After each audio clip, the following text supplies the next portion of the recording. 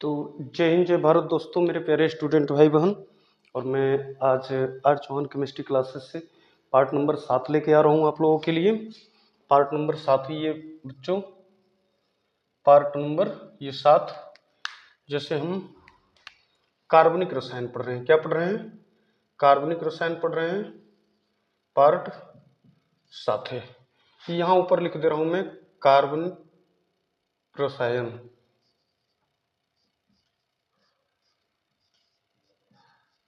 कार्बनिक रसायन ये आप लोगों का यानी कि सेकंड पेपर है, सेकंड पेपर है। और आप लोग तैयार हो जाएं और कॉपी कलम लेके बैठ जाएं।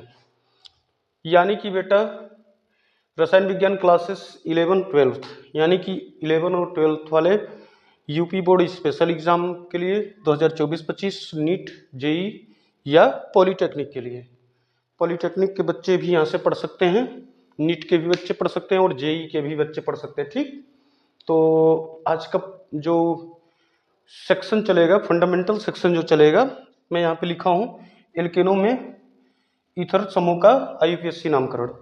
और मैं उम्मीद करता हूँ कि मेरे जितने भी प्यारे स्टूडेंट भाई बहन हैं वो ठीक ठाक होंगे। ठीक ना, तो चलिए शुरू कर लेते हैं, कुछ टॉपिक पे बात कर लेते हैं। यहाँ लिखा हूँ मैं एल्केनो में ईथर समूह का यूपीएससी नामकरण। ईथर, ईथर का क्रियात्मक समूह जो होता है उसको, उसका ये होता है ROR, ईथर। ईथर ROR होता है। और जैसे मान लीजिए या AROR होता है। बताएंगे सम्मित ईथर और असम्मित ईथर दो प्रकार के ईथरों का अगर वर्गीकरण करते हैं हम, इंटर वाले अगर ईथरों का वर्गीकरण करेंगे तो ईथर दो प्रकार के होते हैं बच्चों। कितने प्रकार के होते हैं? दो प्रकार के। कौन कौन से होते हैं? सममित ईथर और असम्मित ईथर होता है। अब समझ लीजिए सम्मित ईथर क्या होगा, दोनों जब ऑक्सीजन परमाणु के दोनों तरफ या तो एल्किल समूह हो या तो एरिल समूह हो। तो यहाँ देखें एल्किल समूह दोनों तरफ है तो ये सम्मित ईथर है। यहाँ देखें ये दोनों क्या है, दोनों समूह एरिल समूह है ऑक्सीजन के दोनों तरफ, तो ये सममित ईथर है। और असम्मित ईथर क्या होता है, एक तरफ अगर R हो और दूसरी तरफ AR हो तो ये क्या हो गए? असम्मित ईथर हो गए। क्या हो गए? असम्मित ईथर हो गए। ठीक ना, तो ऐसे ईथर को हम क्या कहते हैं? असम्मित ईथर कहते हैं। ठीक ना, तो जैसे मान लीजिए असम्मित ईथर ये भी हो जाएगा, ग्रुप में पढ़ाएंगे अभी, यूपीएससी नामकरण पढ़ाएंगे तो बता देंगे। ठीक ना, डाउट अभी आप लोगों का दूर कर देंगे। इंटर वाले विशेष करके ध्यान दें कि पूछ देता है ईथरों का वर्गीकरण कीजिए। यूपी बोर्ड वाले पूछ देता है कि ईथरों का वर्गीकरण कीजिए। तो ईथरों का वर्गीकरण दो तरीके से करेंगे, सममित ईथर और असम्मित ईथर। तो यहाँ सबसे पहले हम आईयूपीएससी पढ़ना है, आईयूपीएससी जान लेते हैं। चलिए इसमें देख लेते हैं परिभाषा। एल्केनो में ईथर समूह का नामकरण करते समय इनका रूल ज्यादा बड़ा नहीं है, तो रूल छोटा ही है, तो रूल के आधार पर हम इनको लिख लेंगे। ठीक ना, पढ़ लेंगे। तो यहाँ एल्केनो में ईथर समूह का नामकरण करते समय उनके कार्बन परमाणुओं की संख्या के आधार पर उनका नाम लिखते हैं तथा अंत में पूर्वालग्न हम क्या लिख लेते हैं? ईथर लिख लेते हैं। तथा अंत में पूर्वालग्न हम क्या लिख लेते हैं बच्चों? ईथर लिख लेते हैं। तो यहाँ देखिए परिभाषा मैंने लिख रखा है। परिभाषा आप लोग स्क्रीन शॉट करके अगर नोट करना चाहते हैं तो स्क्रीन शॉट करके नोट कर लीजिए, फिर हम लोग आगे बढ़ते हैं। ठीक, नोट कर लीजिए परिभाषा। परिभाषा नोट करने के बाद तो अब इनका थोड़ा सा एग्जाम्पल हम देखेंगे यूपीएससी का, फिर अभी सम्मित और असम्मित ईथर की कहानी शुरू कर लेते हैं। ठीक है, तो ये हो गया बच्चों। अब चलिए इसमें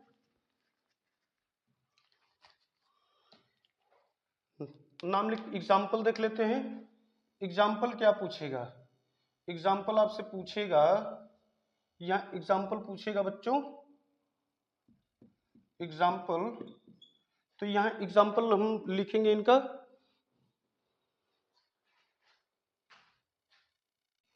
तो एग्जाम्पल देख लेते हैं। ईथर समूह का एग्जाम्पल देख लेते हैं। पहला एग्जाम्पल हो जाएगा CH3 सिंगल बंदो CH3, पहला एग्जाम्पल हो गया। दूसरा एग्जाम्पल CH3O सिंगल बंद C2H5, तीसरा एग्जाम्पल क्या देगा, CH3 यहाँ हो गया, यहाँ हो जाएगा O, और यहाँ सॉरी यहाँ लिख लीजिए C2H5 और यहाँ C2H5 कर लीजिए। तो ये एग्जाम्पल हो गया। ठीक, ये 3 एग्जाम्पल पहले हम लिखते हैं। 3 एग्जाम्पल लिखने के बाद तब हम क्या करेंगे, आगे पढ़ेंगे। ठीक ना, तो चलिए ये देख लीजिए एग्जाम्पल, कॉपी और कलम लेके बैठ जाइए। मैंने कहा है कि कार्बन परमाणुओं की संख्या के आधार पे, अब देखिए यहाँ कितने कार्बन है और यहाँ एक एक कार्बन है। एक कार्बन को क्या कहते हैं, मेथिल कहते हैं। तो अगर दोनों तरफ जब मेथिल लगा हुआ है, तो यानी कि जब दोनों तरफ मेथिल लगा हो, तो यहाँ देखिए मेथिल है, यहाँ मेथिल है, तो इनको 2 बार जब मेथिल लगा है तो डाई लिखते हैं। क्या लिखते हैं, डाई। और इनका नाम क्या होता है, मेथिल होता है। इनका नाम मेथिल होता है, डाइमेथिल। अब मैंने नियम में लिखवाया क्या है, मैंने नियम में लिखवाया कि अंत में पूर्वालग्न लिखते हैं। क्या लिखते हैं, अंत में पूर्वालग्न ईथर लिखते हैं। तो यहां लिख लेंगे डाइमेथिल ईथर। तो ये इनके नाम हो गए, ये इनके नाम हो गए बच्चों, ये इनके नाम डाइमेथिल ईथर हो गए। अब यहां से इनका नाम क्या लिखेंगे, यहां से इनका नाम देखें इसी तरीके से। ये बेटा इनमें भी पूछता है, नीट में, जेईई में और पॉलिटेक्निक में, और यहाँ यूपी बोर्ड एग्जाम में भी आया है, आएगा आपके। यूपी बोर्ड वाले तो ये एकदम समझ ले कि बाढ़ चल रहा है। ठीक ना, तो ये इधर देखेंगे कितने कार्बन है, 2 कार्बन, 2 कार्बन दिख रहे हैं ना, C2, और इधर कितने कार्बन है, 1 कार्बन।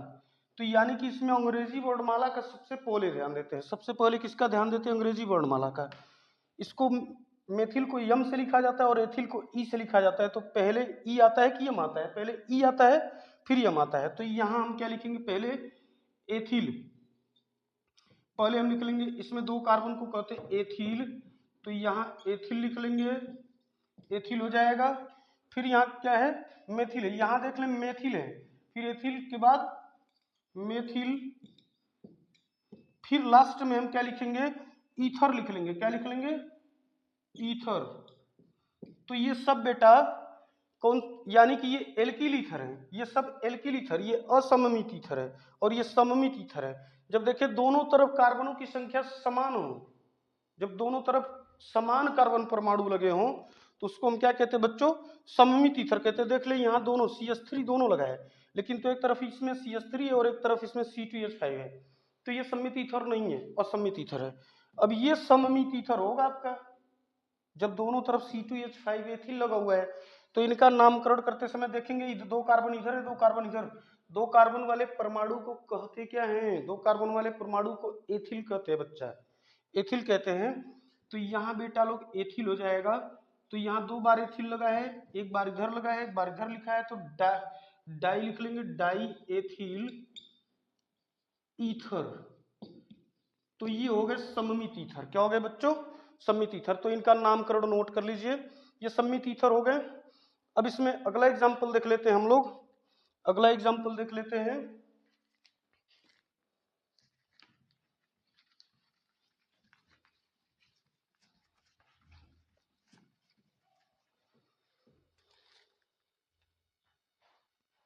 अब यहाँ, अब इसमें अगला एग्जाम्पल देखेंगे बेटा। अगला एग्जाम्पल जो होगा, जैसे मान लीजिए यहाँ आपका दे दिया CH3 और यहाँ दे दिया O, यहाँ CH2 सिंगल वन CH2, यहाँ CH3। अब यहाँ ये चौथा एग्जाम्पल हो गया। पांचवा एग्जाम्पल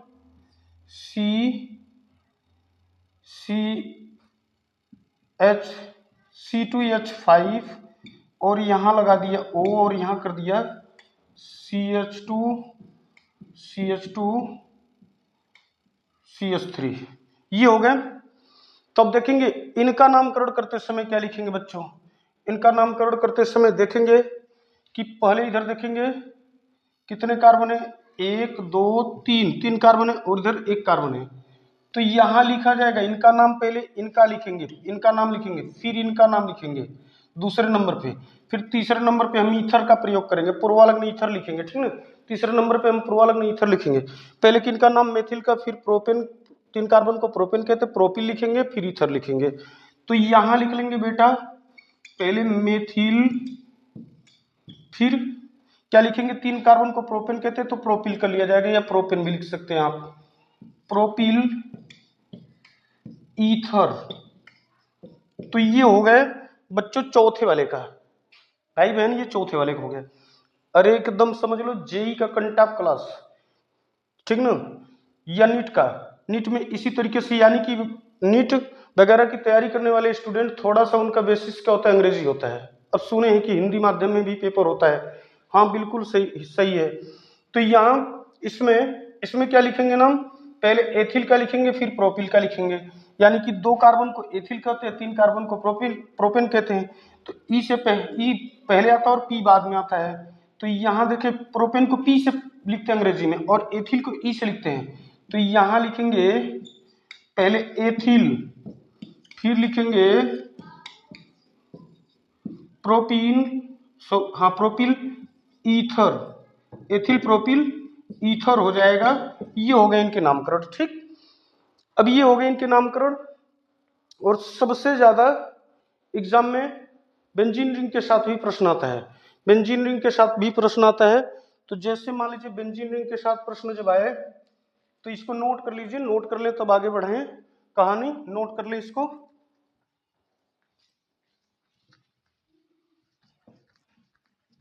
अब यहां पे अगला, जैसे मान लीजिए यहां CH3 सिंगल बंद O, सिंगल बंद C6H5 लगा दिया, बेंजीन लगा दिया, या यहाँ पे C2H5O C6H5 लगा दिया, या यहाँ पे C6H5O C6H5 लगा दिया, ठीक ना। इस तरीके से जब प्रश्न आता है, ये भी प्रश्न है ईथर समूह से, ये भी प्रश्न है इंटरमीडिएट वाले 11th वाले, और नीट वाले तो ये समझ लें, नीट वाले भी यहाँ से बिल्कुल कंसंट्रेट होके देखा कर वीडियो। तो यहाँ बच्चों जैसे पहले हम किसका नामकरण, पहले हम नामकरण इनका करते हैं, फिर इनका दूसरे नंबर पे लिखते हैं, तीसरे नंबर पे क्रियात्मक ग्रुप का लिखते हैं। पहले नंबर पे किनका लिखेंगे, इनका नाम लिखेंगे, दूसरे नंबर पे इनका, तीसरे नंबर पे इनका। इनको कहते क्या है, बेंजीन कहते हैं। अब कभी कभी यूपी बोर्ड वाले या नीट वाले आपके पेपर में ना थोड़ा सा एग्जामिनर जो होता है भटकाता है आपको। भटकाएगा क्या, यहाँ आपका CH3 दे देगा और यहाँ O, और यहाँ एक ऐसे चित्र बना देगा, कहेगा कि इनका नामकरण बताओ। तो ये बेंजीन रिंग है लल्ला, बेंजीन रिंग, ठीक ना, बेंजीन रिंग। ये इसका फार्मूला क्या होता है, C6CH5 होता है। ऐसे प्रश्नों से आप घबराए ना, बेंजीन ही है। क्या है बच्चों, बेंजीन है। कभी कभी देखा होगा किताबों में भी ऐसे प्रश्न होते हैं, तो ये किताबों में बहुत ज्यादा अक्सर प्रश्न होते हैं। तो ऐसे जब प्रश्न आपको दे दे तो घबराने की जरूरत नहीं है, बिल्कुल घबराने की जरूरत नहीं है, ठीक ना। तो यानी कि इस तरीके के प्रश्न जब दे तो इनका नामकरण करते समय हम लिखते हैं बच्चों, पहले वाले का नामकरण पहले मेथिल का लिखेंगे, इसमें मेथिल पहले लिख लेते हैं, मेथिल, फिर इनका नाम लिखेंगे। बेंजीन को हम फेनिल भी लिख सकते हैं या बेंजीन भी लिख सकते हैं, methyl phenyl ether, methyl phenyl ether, या मेथिल बेंजीन, यहां मैं नीचे लिख दे रहा हूं बेंजीन, बेंजीन भी आप लिख सकते हैं, ठीक ना। मेथिल फेनिल ईथर या मेथिल बेंजीन ईथर। अब इनका क्या लिखेंगे, इनमें देखिए पहले इनका नामकरण लिखेंगे, फिर दूसरे पे इनका लिखेंगे, तीसरे पे इनका। तो इसमें 2 कार्बन को कहते क्या है बेटा, एथिल कहते हैं, एथिल कहते हैं। अब इनको क्या कहते हैं बेटा, फेनिल, फेनिल, या फेनिल न करके हम क्या लिखेंगे, यहाँ फेनिल न लिख करके हम क्वेश्चन में ये भी लिख दे रहा हूं बेंजीन। अगर आप बेंजीन लिखना चाहते हैं तो बेंजीन लिख लें, बेंजीन इसी का नाम होता है, फेनिल को बेंजीन कहते हैं, मेथिल फेनिल बेंजीन। फिर लास्ट में क्या लिखेंगे बच्चों, ईथर लिख लेते हैं, क्या लिख लेते हैं, ईथर। तो ये हो गए इनके नामकरण, ये इस तरीके से इनके नामकरण कर लेते हैं, ठीक।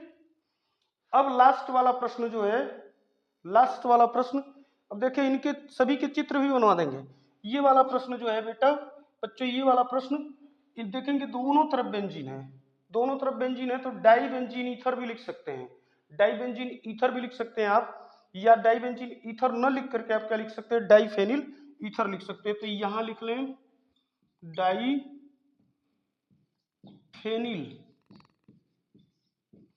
मैं क्वेश्चन में लिख दे रहा हूं बेंजीन, बेंजीन ईथर।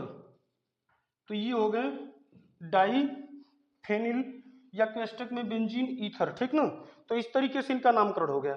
अब देखिए दूसरा प्रश्न क्या करेगा, इसी तरीके से चित्र बना देगा। यही प्रश्न है, चित्र बना देगा, आंसर यही होता है। इस तरीके का जब प्रश्न दे तो ये समझ लें इनका नामकरण यही होगा। ये बेंजीन रिंग है बच्चों, और यहां इसका इसका आपको आपके बोर्ड में क्या बनाएगा, कहेगा C2H5O, और फिर यहाँ एक बेंजीन रिंग ऐसे बना देगा,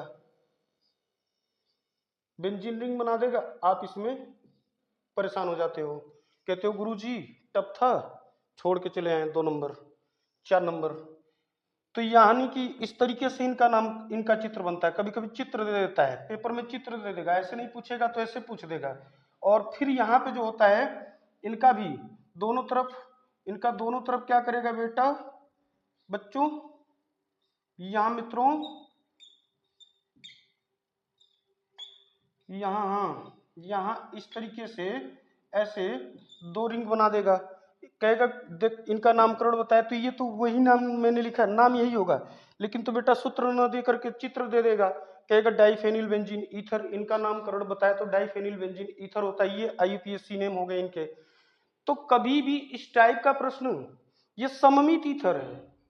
कैसा ईथर है, सममित ईथर। जब भी आपके बोर्ड में इस टाइप के प्रश्न आते हैं तो आप आंख बंद करके इनको सॉल्व इसी तरीके से करें, ठीक ना। नोट कर लीजिए इसको।